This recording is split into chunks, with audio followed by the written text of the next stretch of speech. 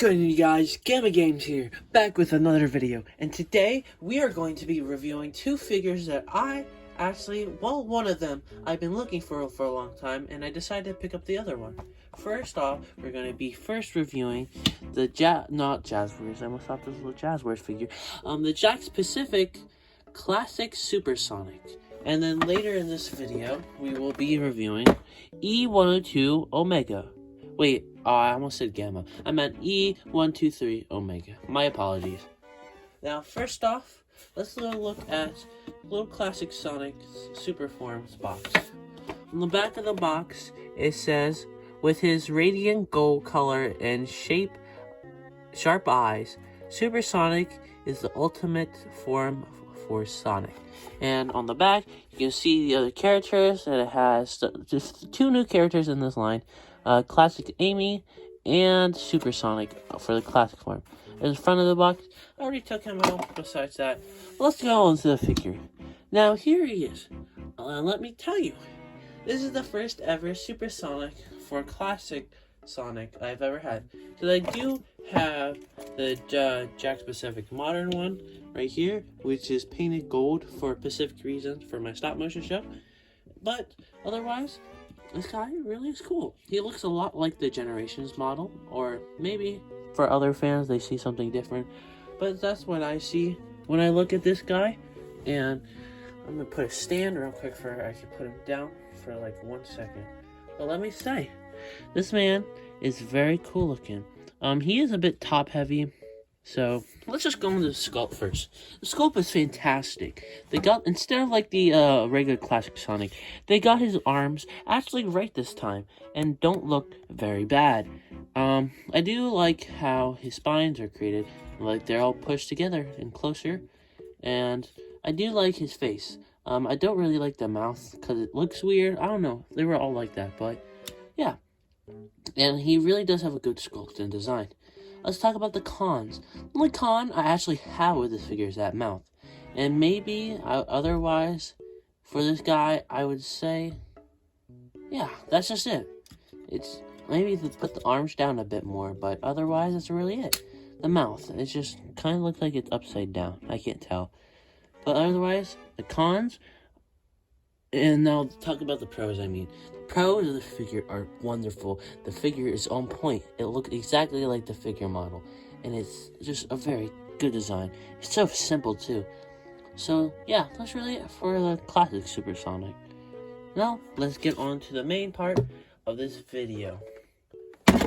E-123 Omega. Now, for all the Sonic fans out there, can you tell me in the comments, how long did it take you to find this figure?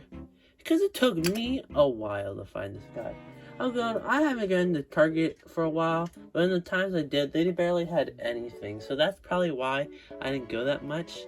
So, last week, I posted this video. I found Silver, and I said that I saw every other figure in the wave, but I just didn't see Omega. And I do have the box for Silver still. And I went back this week and looked in the aisle, and I saw the classic Supersonic and another Silver and this guy.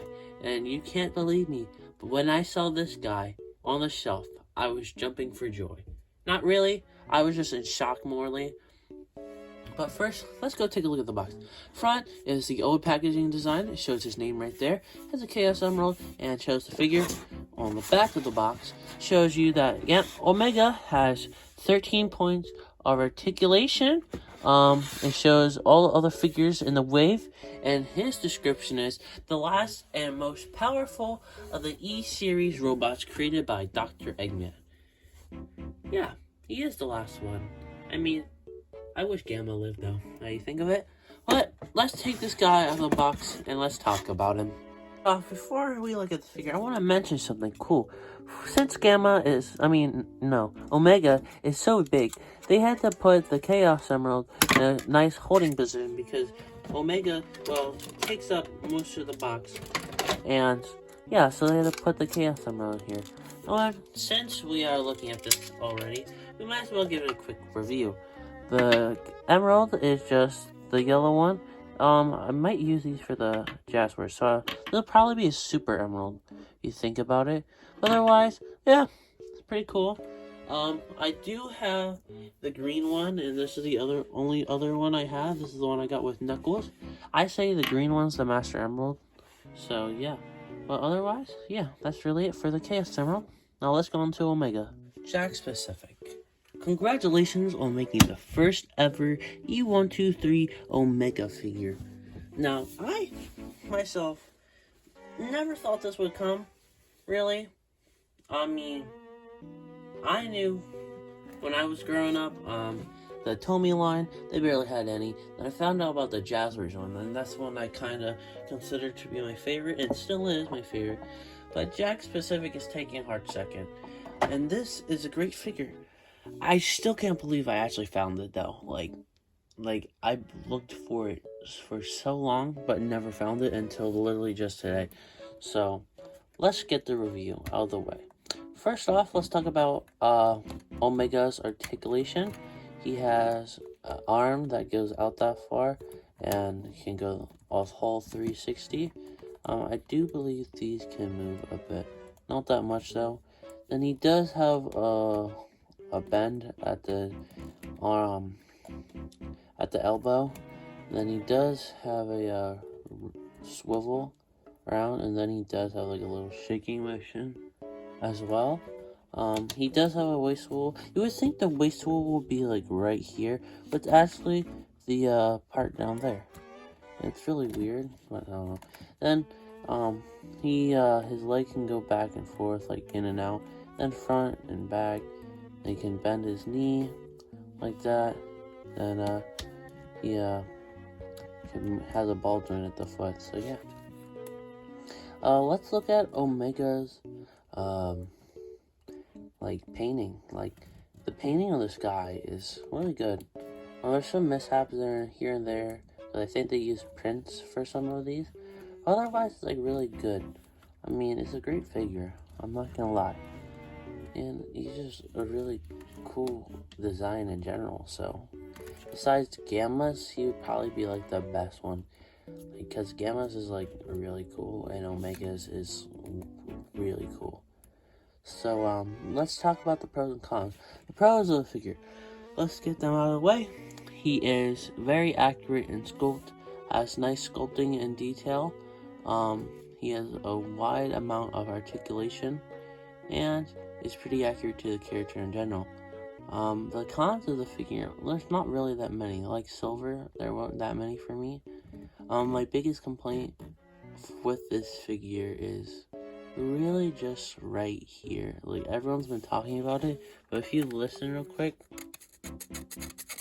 there's actually like a 3D printed feel on right here. Not on his, I think, yeah, on his like nose thing and this. I think that's all that there is. Like, you can feel it all around. Because everyone else on the body feels perfectly smooth and great. But it's just there. That's really weird about it. And really, my other complaint would be, like, I wish that this was here. But it's not really that big of a complaint for me. I mean, I really don't care about that much. It's not like I'm gonna cry over it. I just kind of wish it was a bit different. But otherwise, yeah. Let's go on and compare Omega next to some other figures. Here he is next to the Jakks Pacific Sonic. Here he is next to the Jakks Pacific Silver that also came in this wave. Like you can see, they are about that tall. Here he is next to the Jakks Pacific Shadow. And here he is next to one of my Five Nights at Freddy's figures. Now, lastly, let's look at him next to some of my Jaspers figures. Now, people have been wondering if this will be a good scale for Omega for the Jaspers line. I wouldn't say that great, but I'm gonna use Omega anyway. I have to use him for my stop motion show. Which, yeah, it's still in production. I'm not even done with the new episode yet, so I'm sorry. But otherwise, yeah, like, it's not the greatest. Like, Shadow's like the same height as Sonic in the Jazzwares line, so Shadow would be like right here as well. And yeah, let's compare him to some other like Badnik characters who is next to Mega Sonic as well. So yeah, I hope you enjoyed this video of Omega and classic Supersonic. I just really never expected anyone to actually make this character because he's such an obscure character. Like, he may be like a big part of like Team Dark, but he's not like a character like that's iconic. Like, when you think of Sonic the Hedgehog, like as a franchise, the first characters to pop to my mind are Sonic, Tails, Knuckles, Shadow, and maybe Silver, and Amy. But otherwise, like, he's a side character. But that's not really that bad. But hey, this is a great figure. And if I was to rank this guy out of 1 to 10, I would give him a 9.9% out of a 10. But otherwise, yeah, I suggest you go pick this guy up. If you can find him, at least. So this guy is very rare to find. If you can't tell already, I literally said I can't find this guy until just now, so yeah. Alright, my name is Gamer Games. I hope you enjoyed this video, and I'll be signing off. Goodbye.